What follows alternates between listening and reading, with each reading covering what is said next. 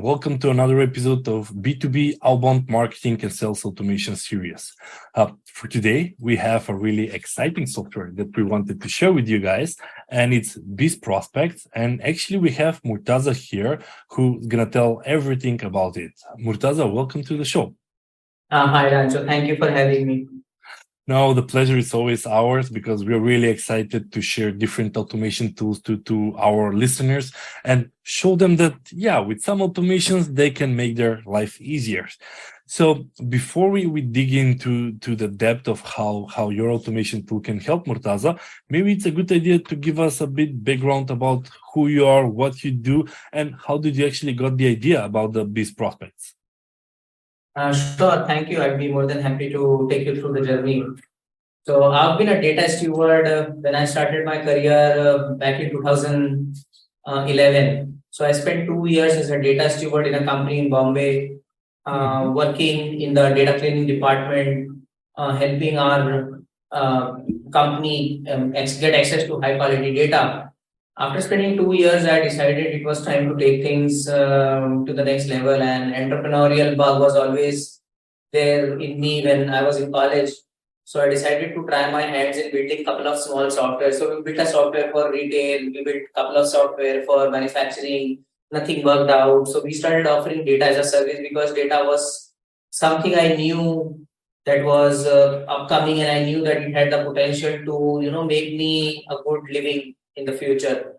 So I started doing some on again, off again projects via elance.com. So that was, the freelancing portal of that time. It was very popular. We did very well I did very well, extremely well on Elance. We had in between 2013 and 14, we had about $2,000 to $5,000 per month paying customers who were very happy to get the data that we were selling to them. And that is how slowly I started adding employees, and then from we became and set up this whole company. Today we have 2 offices in India. Between the 2 offices, we have about 75 people in-house full-time. And we are probably the largest events data publisher on the internet and the largest jobs data publisher on the internet. Now, if you go to our website, BizProspex.com, you can customize what data you want. You can select filters. You can select which events you want to target, which country, whether you want sponsors of that event or whether you want attendees of the event. In terms of jobs data, you can select what is the revenue range, salary range of these jobs that you want to target, which location these jobs need to belong to. So, for example, let's say you are a pharmaceutical company and you want to find out more about your competitors' hiring pattern. You want to see how many research associates is your competitor hiring. You could use our data to very well find out that. You could also, using the data that we have on our website, part of which is free, you can find out how a country is performing. You see what I'm saying? Yeah. No, I perfectly understand your point. It got me curious, Murtaza. So you are the IT guy that moved into the sales world, because sometimes it's like a sales guy has the problem and then says, let's see how we can use technology. And it's funny. I used personally Elance, and the one before Upwork, they then change it into Upwork. And it's more exciting when, you start as a freelancer, you do it manually, and then you said, well, I need people to grow my business. So you hire people. And that's how BizB started, now that I'm thinking about, because I've started as a freelancer. It grew to 30 something people at the moment. And it's good because you've done the work, you know what the client needs, and you can do better solutions around them. And of course, then you hire employees to help with the costs. But you've mentioned something very interesting with the BizProspex, and that is that you're scraping the data related to events and data related to the jobs. Can you tell me a bit more why these 2 specific niches actually? To be honest with you, there's not a lot of competition in events data and jobs data. If you're just selling B2B data out there in the world, it's extremely competitive. Before this conversation started, you mentioned that lead gen industry is getting extremely competitive. So I mean, same with the data business, right? I mean, when I started back in 2013, maybe not so much. I mean, there were a very few players in the market. I mean, you could pretty much, if you put a little effort, you could come in the top five very easily in sales across the internet. I mean, I was doing like, I don't know, like, at one point in time, $20,000 in monthly recurring revenue just via Elance. And we were on the top people selling data on Elance. But now a lot of people are doing it, and even offline, not just specifically talking about Elance or Upwork. I mean, even on the internet, there are a lot more people selling the same thing, and any business where you are competing on price is not a good position to be in. Yeah. You should be competing on quality. You should be competing on volume, quantity, quality, whatever that be, but not on price. Nice. So instead of just scraping general business data or sales data, you've decided to focus on the event segment of the data and then on the job segments. And for me, it has perfect sense because if I'm looking for people that are interested in digital marketing, for example, I would actually look at all the digital marketing events in the world. Or if I'm looking for prospects in the cybersecurity, well, we're going to just screen the cybersecurity events and identify. With the events, I know that you, as a good niche, you have data that is relevant. But with the jobs, what kind of insights are you hoping to get by scraping all the job ads? Jobs, it's extremely useful. So I'll give you one example. Okay, so we sell this data to a couple of people in the US who use this data for intent, for analytics, and for HR outreach. So, I mean, I have been doing this for 2.5 years now, and I could tell you with facts, with numbers, that yes, a recession is coming in the US, because I've been seeing that the jobs number are going down eventually over month on month if you look at it. And this analytics is available on our website for free, so you could also go and play around. You can see that yes, jobs are declining month on month. Nice. And Murtaza, maybe you can share your screen to show us how actually people can use the BizProspex platform, especially maybe with two scenarios, one with the events and the other with the jobs, and how people can navigate and use it.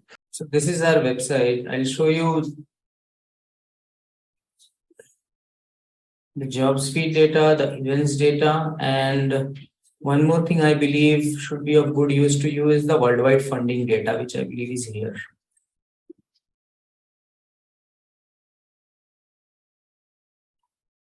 So this is the page where you'll be able to get more information about the jobs feed data. It's a weekly data feed. So if you subscribe to the data set, you would receive one delivery every week of all the jobs that were posted within the last 1 week. Of the entire subset of the jobs market, jobs that are getting posted in the world, we cover about 60% of them, which is a very high number because nobody is able to get 100%. Now, here's a sample attached to it. You can also look at the sample, but I won't. I mean, I'll show you the main part. So this is the analytics that we have provided for free. I'll scroll down a little further, and this is the jobs posting summary of how many jobs, entry level, assistant level, manager, associate, specialist, director, executive, VP, and partner are getting posted. You can compare by job type, which is remote, temporary remote, non-remote. You can also search by a company name. So let's say, for example, you want to see how many jobs, Chase is posting. For example, this JP Morgan Chase Bank is, let's just see them, okay? So you can select this. It takes a while because, you're searching between a couple of million records. So, you have to be a little patient with this. I believe, yeah, see, this is working. 1,000. Yeah, it takes. Yeah, so you can see that month on month, and I believe this data is this is 2 weeks of data actually. So you can see that day by day how many jobs have gone up, and I believe something important must have happened there. They've posted a lot of jobs. Actually, this is 1 year worth of data actually. This is 1 year worth of data, as you can see. So here they've had like a big bump, which is the last week of December when they posted a lot of jobs. And then you can see The total number of jobs posted by principal consultant was 4, VP was 1089, entry level was 6,000. Now you can see which departments are hiring, and a lot of this information is very useful for people who want to do analytics. You can also see the average salary range that JP Morgan is offering. This is for the overall US job market, not just JP Morgan Chase. We will have to install that filter, which cities are hiring, and it's very I mean, you look at this, right? California has the maximum number of job openings. After that is Florida, Texas, New York, Georgia, which is pretty self-explanatory. That yes, these are the biggest states in the US. So this data comes to you in an as a JSON file or a CSV, depending on your use case, via Google Drive, and I'll show you how that data looks like. So people who know how to, so this is how the data looks like at the end of the day. And now, for example, this has the salary range, how much money is that job offering, which industry that jobs belongs to, the website, the company name. So for example, Accenture, and the job title, and in some cases it comes with a job description. So this is everything about jobs data now. Typically, yes, analytics companies use it. Go ahead. Now at the jobs, I mean, from the analytic point of view, it's a good thing. But for me personally, as a high-ticket service providers, how can I utilize the data for sales? Because at the end of the day, we need to find a way, usability. I mean, yes, for analytics, for business analysis, it's perfect. For analyzing the competition is also good, so you can track your competitors and knowing if they have job ads. But when it comes from a sales aspect, how can this data be utilized? Right. So I'll add a couple of things actually here since you asked. So a lot of HR companies use this to know which companies to target. So for example, if I'm offering consultancy services, human resources consultancy services, I would know which companies in my area are hiring aggressively for which roles, so that I can then, my salesperson can go and tell them that, hey, instead of you hiring yourself, we can help you. So that's one use case we have seen salespeople using this data for. The other is that salespeople want to do a little bit of background search about a specific company. They want to know, for example, the companies that we are targeting, are they growing in business? Are they shrinking in business? What are they doing in terms of what is the salary that they are offering? Would a solution like ours be a good fit? So I'll give you another example. Let's say, for example, a company offers appointment setting services for B2B. So they want to know whether are they hiring SDRs currently? Because if they're hiring SDRs, that means that they might potentially be looking for an appointment setting service in the future, because they need to fill the pipeline of that SDR as much as possible so that he can then go ahead and close more business instead of spending time on doing lead generation. So these are a couple of use cases I've heard of. No, but that's very useful, Murtaza. For example, a lot of agencies rent either developers or salespeople or marketing people. They source, how is the right wording? And in that case, whenever you say, well, I want to check out all the companies that are looking for a software developer, then you can reach out to them and think, well, why don't you use an agency rather than hiring a developer? In-house.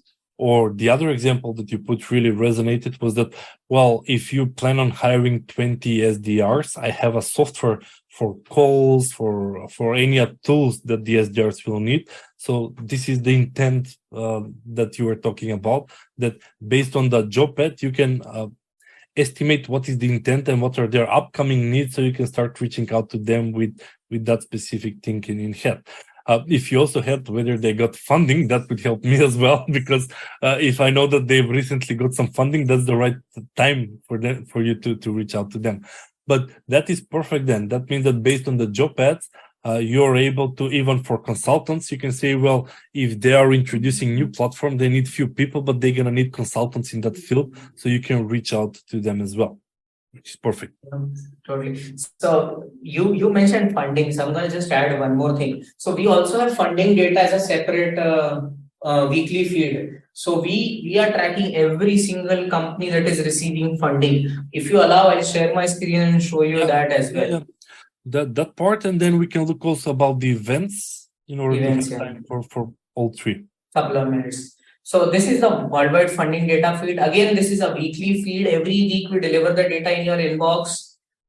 It comes with a basic analytics. Like for example, you can see that you can select the date range, you can select IPO status of the company, when was the company founded, the country that the company belongs to, and as you can see, towards December the funding goes down because that's when people slow down. It's very cold in most part of the world. You can see the global heat map for the money flowing. So you can, I mean, it's understood that US is going to receive the bigger chunk of the money than China, India, Germany, United Kingdom. So you can, and this data again also comes as a weekly feed. It's very clean data. It can be used for prospecting. It can be used for sales, analytics, background research. Here's a sample also available for the feed that you can check at your ease. Where did you access this data set? Was it also in the pre-script data from the menu? I didn't saw before you share screen.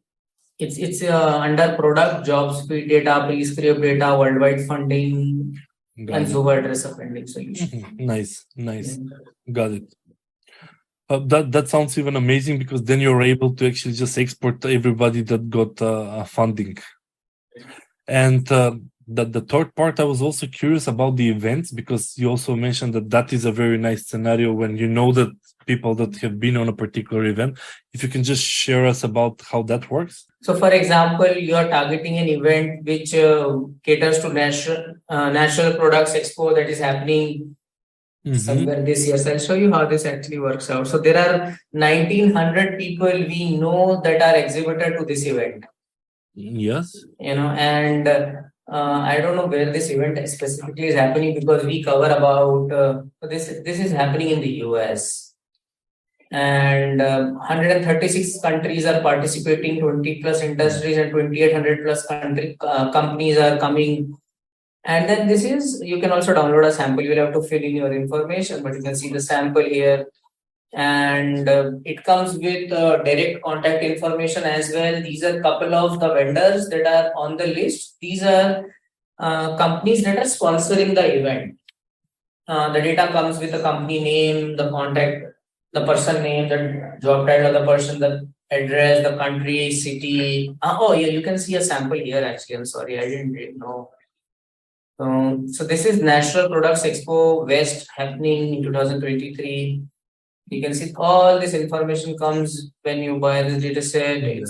And from sales perspective, this sounds like a really focused data because then I can start reaching out to all the people that are gonna be on the Natural Products Expo and start using the outreach process. And we cover almost every event that happens across the world. So there's this event BAU Munich happening in Germany, 17 to 22nd April. I mean, I don't know what this event is. We're just so here we were only able to find 1,150 people who are sponsoring, and you can also buy a subset of the data set. You don't have to buy the whole thing. Yeah. So you can start small and then go from there. Yeah. So this is one part of it. I believe you can go to products and then you can go to, I believe you need to go to pre-scrape data set and then you go to events data list. And that's how you get access to. We also have technology data, but I don't want to get into details. I mean, a lot of people have technology data, so it's not that we are the only people having it. Got it. And at the end of the day, so business owners can utilize the BizProspex in order to get specific sets of data, which is always the starting line for any sales activities, like whether it's just the email or whether it's the contact information or whether they use specific tools or whether they have specific open job. It's a starting point to pre-qualify before you start the sales and the outreach process. And I was curious, Murtaza, for each of the data set, you have like a different pricing so people can choose which event they want or which subset, or I even saw that on the events level, you can choose subset from the event, like a smaller sample, which of course, not everybody wants the whole list. They need just a few hundreds, which is enough for one person, and that's it. And I was just curious. So that's why you have a huge team, because you have to update a lot of data. Yeah, some with technology, some with human effort, but at the end of the day, as a data provider, you need to have fresh data, because we also have CRM, and I know how easy it can become obsolete because people change job, people get promoted, demoted, move into different companies. So keeping it up to date is really an important thing. And how do you actually check the accuracy of the data? Yeah, so that's a good question. Actually, I am sorry that I did not come to that part earlier, because that is the USP of our company. So we are not a pre-scraped data solution. Most of the data that we sell, we mine on customers' request. So, for example, if you come to me and tell me that, Murtaza, this is what I need, then we go ahead and mine that data for you. We do not keep a copy of that data and then keep reselling the same data to 100 people, which I believe the bigger companies are trying to do, wherein they want to utilize that same data for 100 customers. So we tell our customers that you tell us what you need and we'll get it for you. I mean, whether we utilize our team of data stewards or whether we use technology to mine automated data, whatever we give to you comes, as human, comes fresh, Got it. And verified. And I just I'm looking also at the time, Murtaza. I was just curious, what are the future plan on BizProspex? You're going to add different verticals, or you have plans for 2023 or 2024 that is something else? So I'll add here. Okay, so I run this company in India in a remote tier 3 city, which is a city called Burhanpur. We're the largest employer in our city. We have about 75 people on our payroll and about 10 to 15 consultants that we hire ad hoc basis whenever required. So one of the reasons why I left Bombay and started this company in my hometown was to provide local employment so that people do not have to migrate to Bombay, Delhi, Bangalore to get jobs. So my idea is that if I can employ 500 people in my hometown and provide them a livelihood there, I believe I would achieve something in my life. So we are on track of reaching 100 plus members before 2023 ends. Yeah. Nice. So you have to grow your business in more people, so you will be able to create even more data, so you can actually satisfy even more different unique needs to the customers. Murtaza, I think that we are reaching at the end of the podcast. The key question is where people can find you, how people can reach out to you if they're interested either in, I don't know, checking out the data set or have some custom inquiry or want to buy some of the data set that you have. So if I would like to offer all your customers that if they are interested, any data set, generally we offer 100 records as a sample for somebody to test. But if they come through you, anybody who wants to try up to 500 records, that will be free. If you go on our website, you'll see 100 records free. But for you specifically, anybody who comes through this video and mentions that they came through Dancho's video, we'll make 500 records free. Yeah, no problem. And if you go to our website, you would see a contact us form. There, they would see an option to schedule a call. So when they schedule a call, all three of our salespeople get notified along with me. So somebody picks up that inquiry and then that gets connected via a scheduling software. It's very intuitive and very smooth. So yeah, you can use that contact us option. Nice. Well, what we usually do, Murtaza, is that we leave the LinkedIn profile and the website below the video. So anybody that is watching the video, just below the video are the contact information from Murtaza and the BizProspex. So what's there to lose? I mean, give it a try, check it out. Try with one data set, try to see if this is what you need. And at the end of the day, as a service provider myself, at the end of the day is how we can use that data into our existing systems, whether it's add them to HubSpot or whether it's use it with the SDRs or whether you just connect with some email campaign. At the end of the day, that's why Murtaza is actually giving the credits, the trial for free. So people will try to experience it, because once you experience it, you'll understand, does it fit in your current ecosystem or it's not for you? And maybe that's why, Murtaza, we're doing these video interviews, so people will be exposed to different possibilities. I was not aware that there are data sets for events. So for me, that was actually kind of important, because we do work with several events where we screen the events, we find the people, we reach out to them. And if you already have those events, well, that would save me a lot of time, if you ask me. So I immediately saw the business need in that area. or for example, with the SDRs, if someone have active jobs for SDRs, we can reach out and saying, well, you know what, BizB has full-time SDRs. Instead of going with the one person, you tap the energy expertise, which is the same case with your services, Murtaza, right? Yeah. Well, I want to thank you, Murtaza, for coming and sharing your story on the show. And for everybody out there, do check out the BizProspex.com. I'm sure by just trying the data, you'll see, and I really hope that you're going to find it useful. And at the end of the day, the goal is to figure out ways how we can grow our businesses. Murtaza, thank you very much again for coming on the show. Oh no, thank you for having me, and best of luck for everybody in the BizB team.